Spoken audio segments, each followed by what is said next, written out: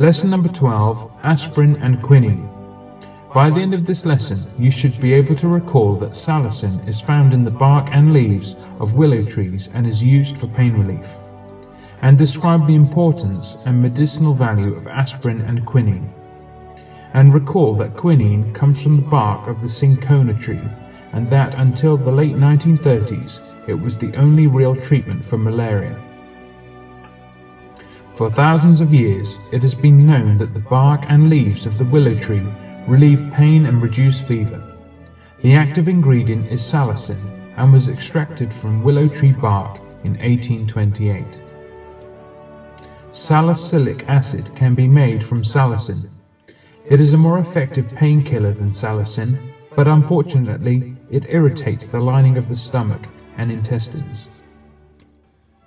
Aspirin contains a version of salicylic acid, which reduces pain without such adverse side effects. Aspirin is sometimes described as a wonder drug, because as well as relieving pain, it acts to reduce swelling in joints and other tissues, the formation of blood clots, fever in people whose body temperature is higher than normal. Aspirin is not a copy of something that comes from nature, although salicin, which can be converted into aspirin, is. It was first synthesized in 1899, and it launched the pharmaceutical industry, which today is worth billions of pounds worldwide.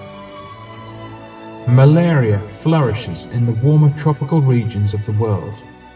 The disease is caused by a single-celled parasite called Plasmodium.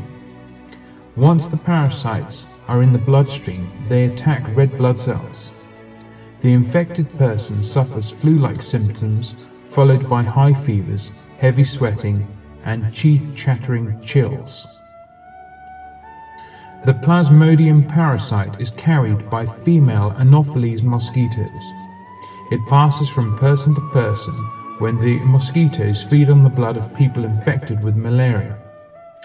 We say that the female Anopheles mosquito is the vector of Plasmodium. Since the 1600s, we have known that chewing the bark and leaves of the cinchona tree is a useful treatment for malaria.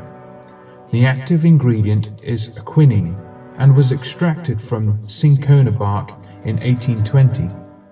The drug lowers body temperature and kills Plasmodium parasites in the red blood cells.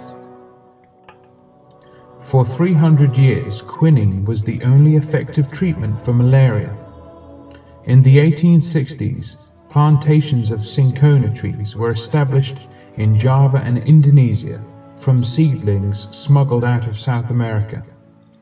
They were the world's main source of cinchona bark for making quinine until World War II cut off supplies. Anti-malarial drugs like chloroquine were developed to fill the gap. They proved to be more effective and easier to make than quinine. However, some strains of Plasmodium have become resistant to the drugs, and in some parts of the world, quinine is once more the anti-malarial drug of choice.